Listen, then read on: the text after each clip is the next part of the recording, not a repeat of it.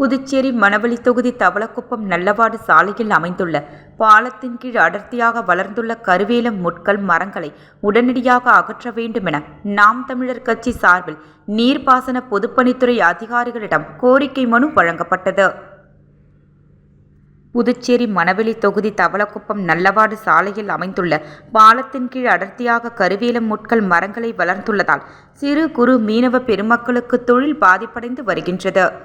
மேலும் சமூக சீர்கேடுகள் குற்ற நடவடிக்கைகள் ஈடுபடுகின்றனர். கருவேலம் முள்மரங்கள் வளர்ச்சியால் நீராதாரம் பாதிப்படையும் தாங்கள் உடனடியாக கருவேலம் முள்மரங்களை அகற்ற நடவடிக்கைகளை மேற்கொள்ள வேண்டுமென பொதுப்பணித்துறை நீர்ப்பாசன பிரிவு செயற்பொறியாளர் ராதாகிருஷ்ணன் அவர்களிடம் நாம் தமிழர் கட்சி மணவெளி தொகுதி சார்பாக கோரிக்கை மனு வழங்கப்பட்டது.